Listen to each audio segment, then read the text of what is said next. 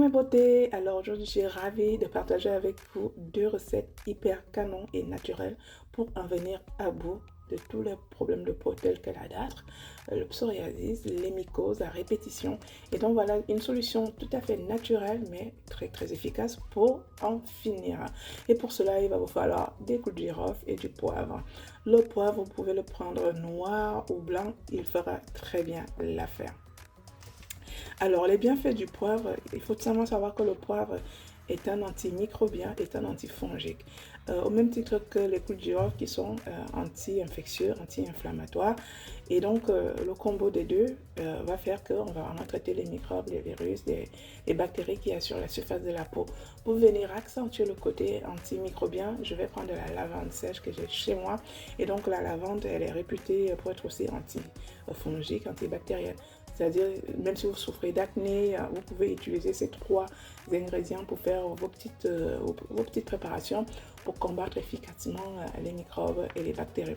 Donc, j'ai bien mélangé mes trois ingrédients. J'ai bien mixé de façon à obtenir vraiment une poudre. En fait, il faut vraiment écraser ces trois ingrédients. C'est pas une simple infusion qu'on veut faire. On veut vraiment extraire les propriétés de ces trois ingrédients de façon à concentrer l'efficacité des ingrédients. Je viens reprendre un petit citron parce qu'il faut tout simplement savoir que le citron est un super désinfectant pour la peau. Et donc, sans compter qu'il est riche en vitamine C, qu'il est riche en antioxydants. En gros, ici, on cherche vraiment à extirper toute forme d'ingrédients hyper efficaces pour tuer tout ce qui est microbes, bactéries, virus sur la peau. Donc voilà, je fais des petites tranches assez fines et je viens mélanger à mes trois ingrédients. Et derrière, je vais tout simplement rajouter de l'eau déminéralisée que je vais passer au bain, enfin que je vais faire bouillir pendant, allez, 10 minutes, maximum 15 minutes, de façon vraiment à libérer les propriétés de mes ingrédients. Aussi simple que ça, au fait, cette base, parce que ça c'est vraiment la base aussi de notre crème, ça va, vous allez voir par la suite, on est là pour fabriquer deux produits différents. Dans un premier temps, je vais chercher à faire une lotion et le reste de mon nectar, j'ai nommé nectar, je vais fabriquer un produit assez magique. Donc, vous comprenez que si vous combinez l'utilisation de ces produits avec des ingrédients qu'on va utiliser normalement, je dis bien normalement, au bout de quelques jours, vous allez commencer à observer les résultats. Ça ne doit même pas attendre parce que c'est vraiment quelque chose qui fonctionne. Il faut savoir que les produits naturels fonctionnent parce que c'est des choses que la peau supporte mieux plutôt que des trucs chimiques, toxiques, qui ne font que développer le problème en fait ou alors le déplacer. Mais quand vous utilisez vraiment des choses naturelles, ça ne trompe généralement pas parce que la peau supporte super bien et du coup, on règle le problème avec des choses qui nous sont accessibles et qui marchent super bien sur le long terme. Donc voilà, je viens conditionner ma petite lotion. Parce que là, c'est le premier produit, c'est la lotion. Je viens rajouter des clous de girofle au fond de mon récipient pour continuer à diffuser les propriétés tout au long de l'utilisation. Et ceci, honnêtement, ça fonctionne. Alors, matin et soir, vous allez appliquer cette lotion sur des zones à traiter. Voilà. Matin et soir sur une peau propre, vous allez comprendre, ça ira vite. Maintenant, on vient fabriquer notre deuxième petit bijou, le bijou à avoir à la salle de bain. Si vous avez des enfants qui ont des problèmes de peau, si vous-même vous avez des problèmes de peau, vous avez la peau sèche, vous allez fabriquer cette crème, vous allez comprendre. On a besoin de notre nectar, on a besoin du cacao, du beurre de cacao et du beurre de karité. Le beurre de cacao a un excellent pouvoir émollient en fait. Il faut savoir que quand on a une peau avec ce genre de maladie, il faut quelque chose qui empêche de sécher la peau en fait. Donc la crème va permettre à la lotion de rester suffisamment longtemps sur la peau de façon à traiter plus en profondeur et en même temps on va nourrir la peau parce que souvent la peau elle est sèche. Donc le beurre de karité et le beurre de cacao vont apporter ce côté riche, adoucissant, apaisant.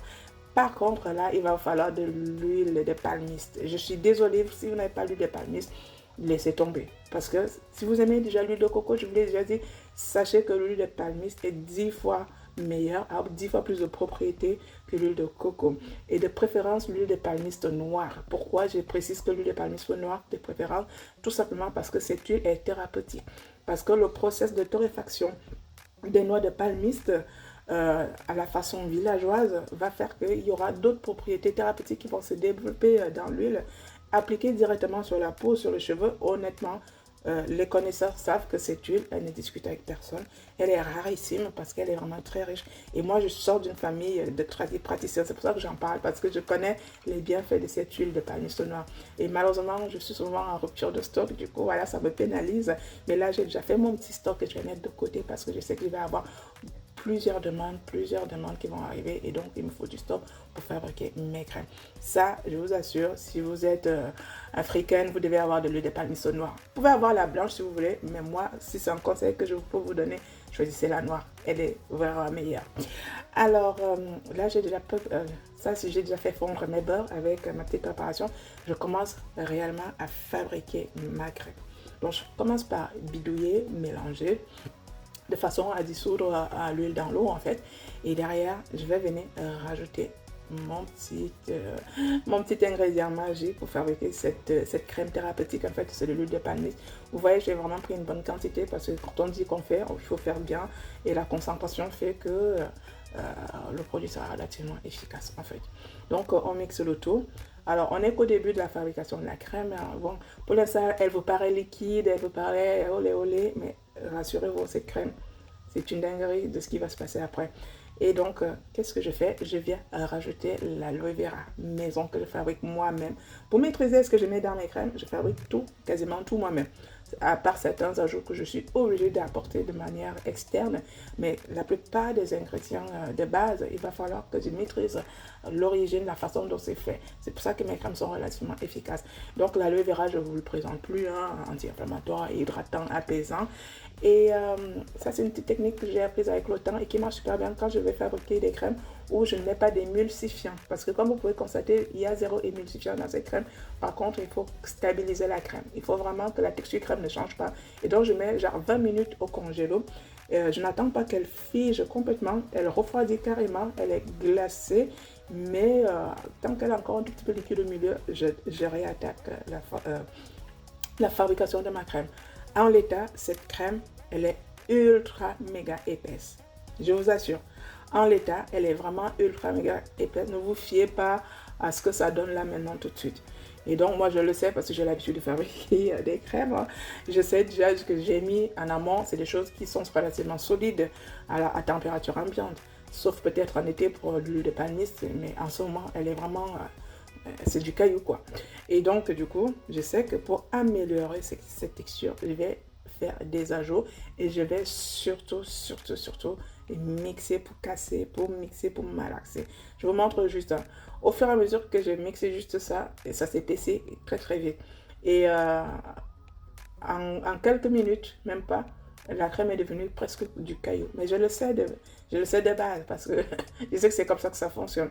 Et donc, il faut prendre le temps de bien observer la crème. Il faut vraiment prendre le temps de bien la mixer de façon à maîtriser la consistance et la texture. Donc, c'est une étape qui peut être relativement longue. Ne soyez surtout pas pressés parce que là, à première vue, vous direz, oh, ça va.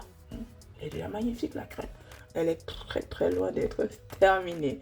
Parce que là, il va vous falloir un autre ajout pour vraiment travailler la texture finale de la crème. Et pour cela, je vais rajouter de l'huile d'amande douce. Ça arrive. Là, je vous montre jusqu'au fur. Ça s'épaissit relativement vite et ça devient... si on ne gère pas trop le temps, ça va être même compliqué à mixer. Et donc, je viens rajouter de l'huile d'amande douce. Pourquoi l'huile d'amande douce? Tout simplement parce que c'est une huile relativement douce que les peaux supportent bien, les peaux sensibles, les peaux sèches.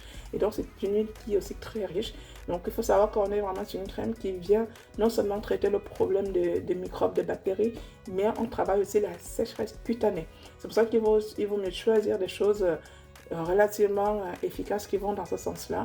Donc une huile, si vous n'avez pas l'huile d'amande douce, vous pouvez prendre de l'huile d'olive, de l'huile d'avocat. Ce sont des huiles qui vont être très riches pour apaiser, pour adoucir la peau.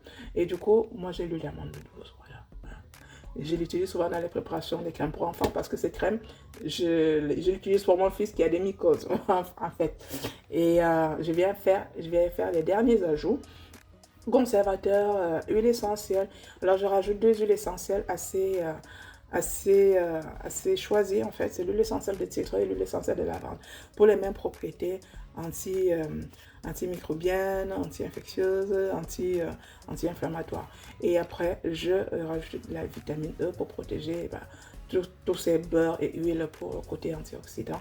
Je rajoute bien sûr du Cosgar pour protéger la phase aqueuse, même si elle est moindre dans ma préparation. Il faut quand même la protéger à long terme pour que la crème, elle ne se détériore pas.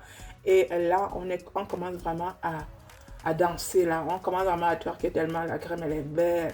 Et je vous dis même pas l'odeur, si j'ai rajouté des fragrances pour pas forcément masquer le parfum de l'huile de palmiste au nord, parce que moi j'adore vraiment ce parfum. C'est quelque chose d'assez fumé en fait, quelque chose d'assez torréfié, mais je rajoute une petite touche un peu gourmande pour casser et pour apporter cette petite envie à la personne ou à l'enfant qui va utiliser de ne pas être rebuté par rapport à l'odeur. Mais misez-moi cette texture, mais regardez vous-même. Franchement, et sur la peau, c'est juste incroyable. C'est incroyable. En fait, c'est ce que je voulais à la fin. Et encore là, je sais qu'au bout de 24 heures, la crème va légèrement encore figer. Au fait, quand on va faire ce genre de fabrication, on cherche quelque chose de facile à utiliser. On cherche quelque chose de facile à pénétrer dans la peau. Et vraiment, on cherche une crème qui ne va pas modifier, qui ne va pas se modifier dans le temps. Et donc, du coup, c'est pour ça qu'il vaut mieux maîtriser toutes sortes d'étapes, bien prendre en compte le côté textural de la crème, en fait. Enfin bref, là, je vous montre juste tout de suite le petit essai. C'est-à-dire, la peau, elle est tout de suite hyper hydratée. Et le rendu est très sec. Il n'y a pas d'aspect collant qu'on peut avoir quand on applique quelque chose de trop riche, quoi. Et du coup, ça fonctionne parce que l'huile de palmiste, il faut le savoir, c'est une huile très sèche. C'est pas une huile grasse du tout. Voilà, je vous montre vite fait comment j'utilise sur la peau de mon fils. Là, vous ne le voyez pas trop bien, très bien, parce que ça fait des semaines depuis que je suis rentrée là. Il fallait que je fasse quelque chose sur sa peau parce que les mycoses ont recommencé à se développer. Et comme c'est un garçon, honnêtement, en termes de douche, c'est une catastrophe, c'est une galère à lui faire prendre une douche. Et donc, je sais que ça n'aide pas. Et donc, du coup, maman reprend les choses en main. Et donc, après sa douche, j'applique la lotion. Donc, faites-le 2 fois par jour. Le matin, que l'enfant prenne sa douche ou pas, vous appliquez, vous lavez au savon, vous appliquez la lotion. Et après, vous appliquez la crème, vous massez, vous massez, vous massez. Et vous allez laisser tout simplement le temps faire son job. Parce qu'au bout d'un certain temps, les mycoses, elles disparaissent, quoi. L'avantage de cette crème, voilà la mycose dont je parle, l'avantage de cette crème, c'est que ça soigne les microbes et la peau sèche. Du coup, on a une belle peau hydratée et c'est du tout en un. Voilà, on est arrivé au terme de ce tutoriel. J'espère qu'il vous a plu. En tout cas, n'hésitez pas à me laisser des likes, des commentaires, partager autour de vous. Ça peut toujours aider. Gros bisous, à très bientôt.